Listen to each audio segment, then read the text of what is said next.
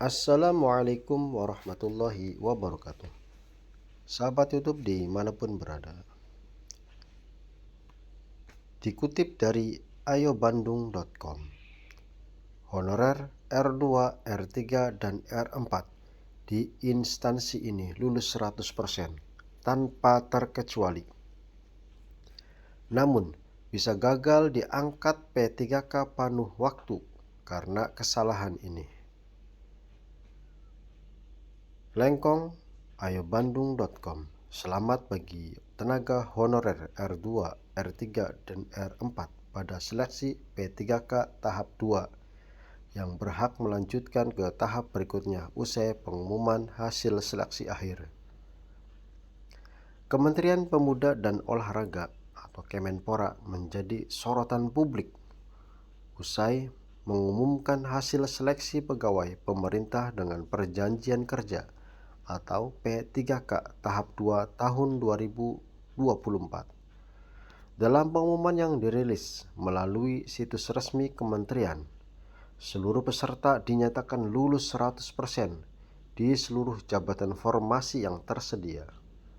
Informasi ini mengundang perhatian lantaran setiap formasi yang dibuka tercatat memiliki kelulusan sempurna tanpa satupun peserta yang dinyatakan tidak memenuhi syarat.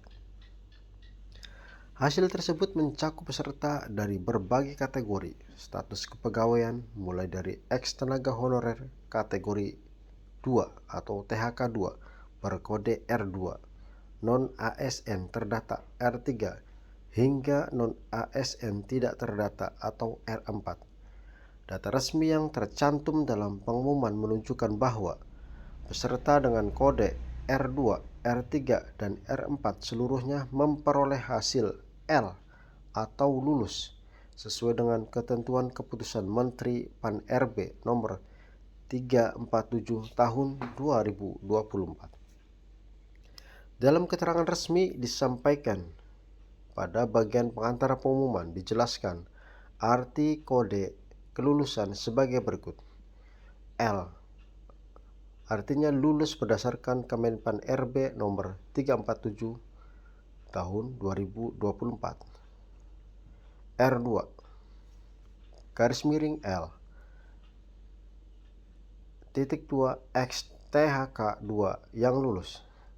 R3 garis miring L non ASN terdata yang lulus. R4 L non ASN tidak terdata yang lulus. Menariknya, selain status kelulusan untuk semua formasi adalah 100%, bahkan masih ada formasi yang kosong. Salah satu contoh formasi yang mencerminkan kelulusan total yakni jabatan pengadministrasi perkantoran yang menyediakan 59 formasi, namun hanya diikuti oleh 57 peserta. Dari jumlah tersebut, 40 peserta berkode R3 dan 11 lainnya R4. Seluruhnya dinyatakan lulus. Lebih lanjut, masih terdapat sisa 2 formasi kosong dikarenakan jumlah peserta lebih sedikit. Selain formasi dengan jumlah peserta yang setara atau lebih sedikit dari kuota, tercatat pula sejumlah formasi yang sama sekali tidak memiliki pelamar.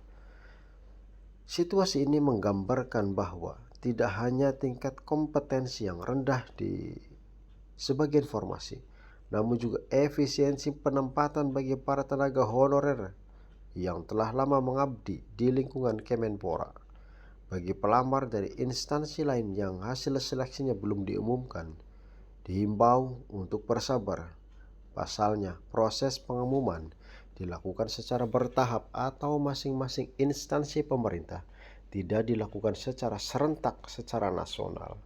Dengan capaian ini, hingga artikel ini dimuat, Kemenpora mencetak rekor tersendiri dalam seleksi P3K tahap 2 tahun 2024. Seluruh peserta yang memenuhi kriteria berhasil lolos dan menanti penetapan nomor induk P3K tahap 2. Peserta dihimbau untuk mempersiapkan administrasi secara maksimal untuk tahap penetapan NI P3K.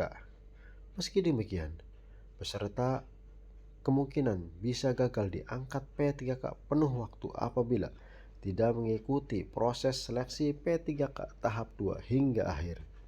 Baiklah, terima kasih, itulah informasi yang dapat saya sampaikan. Semoga bermanfaat. Silakan komen sepuasnya ya.